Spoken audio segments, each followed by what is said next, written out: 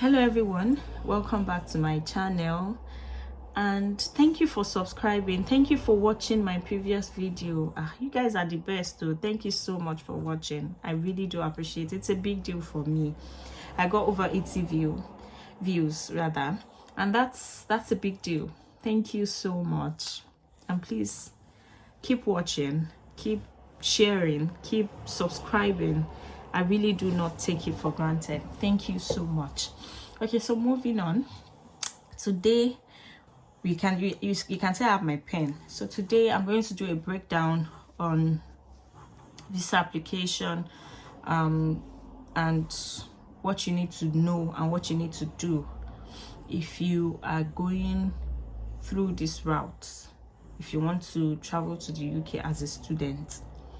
And I want to reiterate that this channel is majorly and largely going to be posting content for students that want to travel with their dependents, because students traveling alone tend to get more information they need quickly, more than student with dependent. There's it's so limited. The information out there for them is so limited.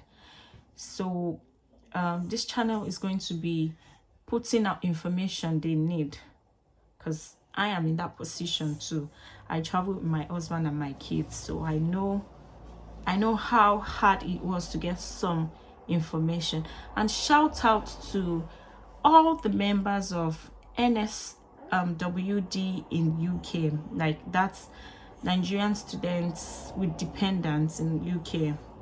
You guys are the best. I'm going to post a link of this video into the group so that you can know that you guys are awesome. You're awesome and selfless. Thank you for all you do. Okay, that being said, we're going to go into the A to Z of applying for student visa. Now, the first thing you need to do, and the first thing that you need to have, is your international passport.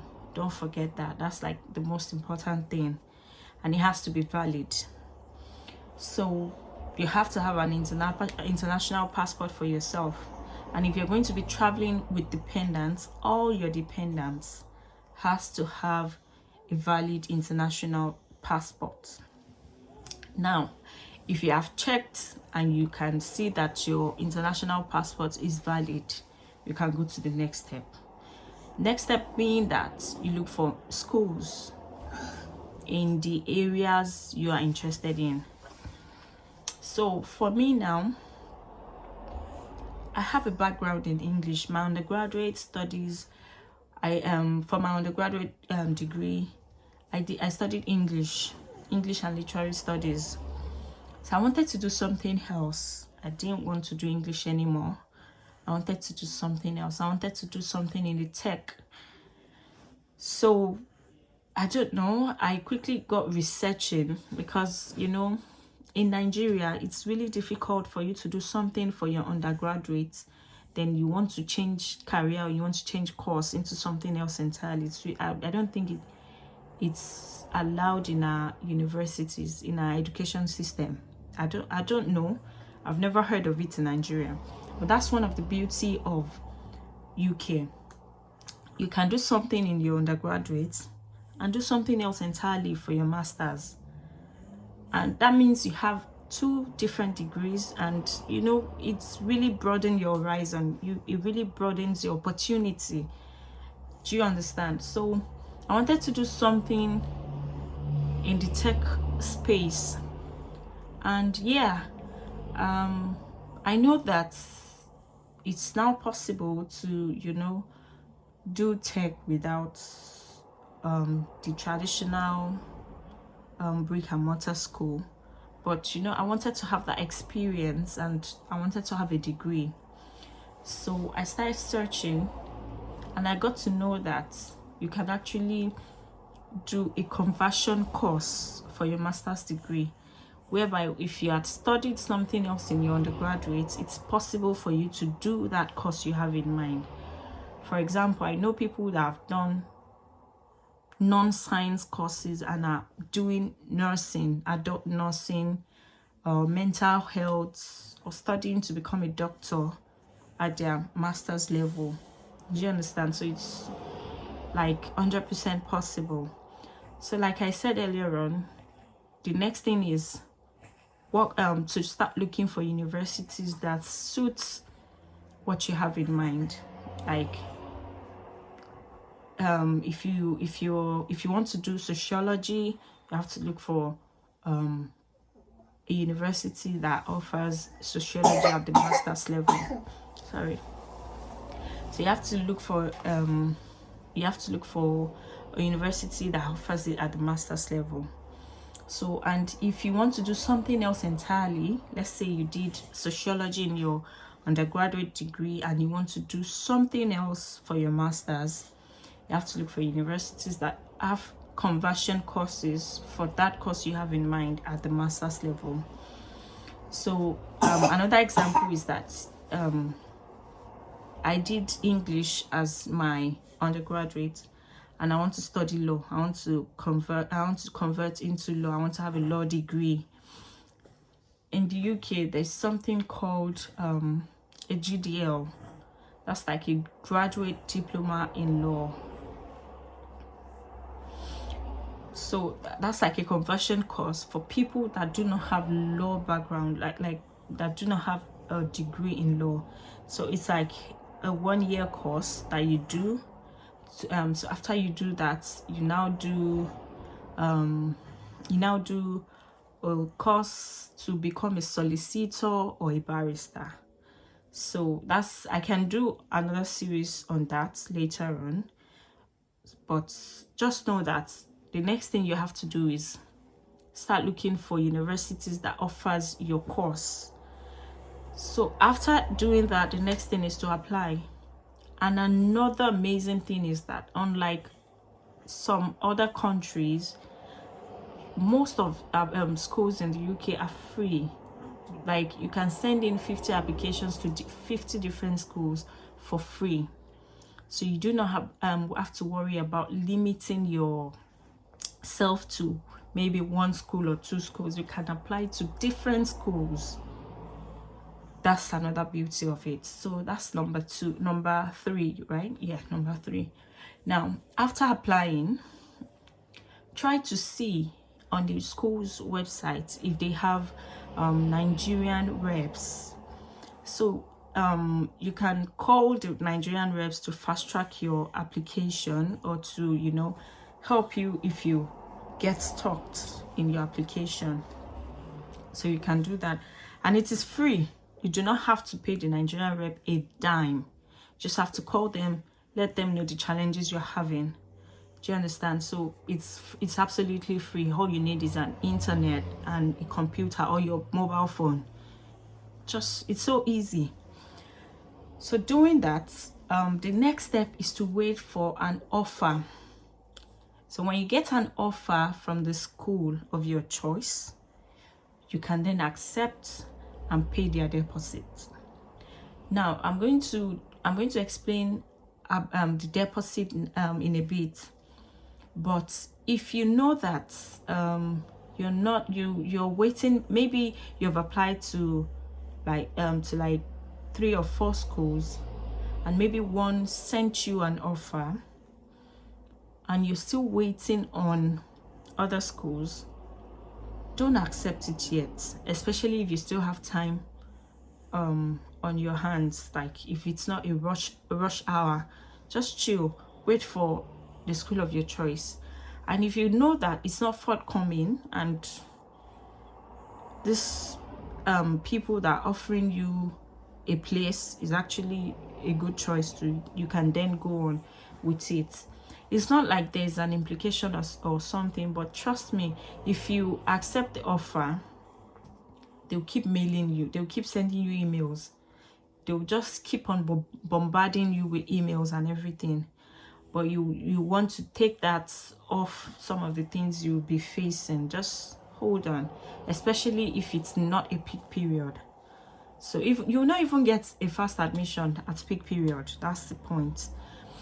So okay, after you get an offer, you pay your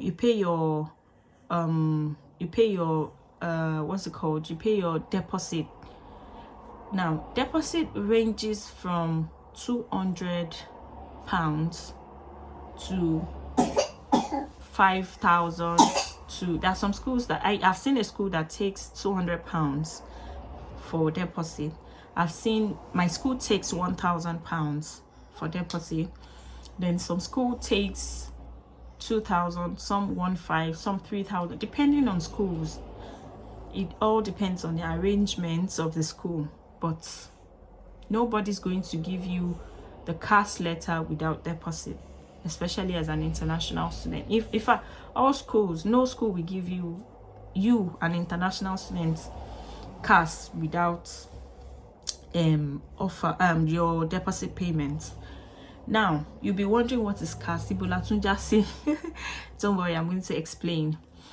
Now after your offer letter, and you've accepted your offer and you've met all the requirements of your offer, which can range from language test,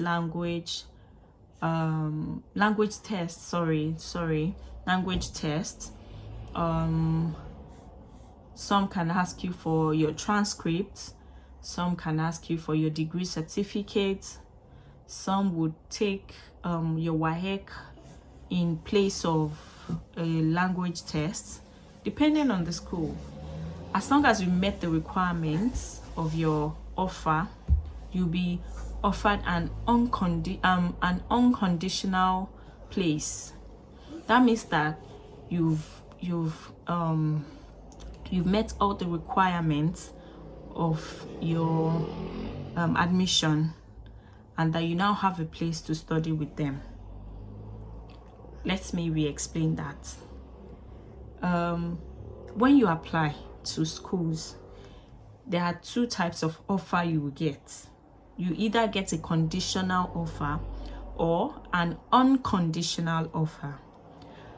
A conditional offer means that there are still some conditions you need to meet, and this can be maybe you need to submit a transcript from your degree, or maybe you need to submit a language test, or maybe you need to submit a copy of your degree certificate, or maybe if you are married and you've changed your name, so the name on your degree certificate is different from the name you're applying with, you can be asked to submit a marriage evidence, which is your marriage certificate and your change of names affidavit.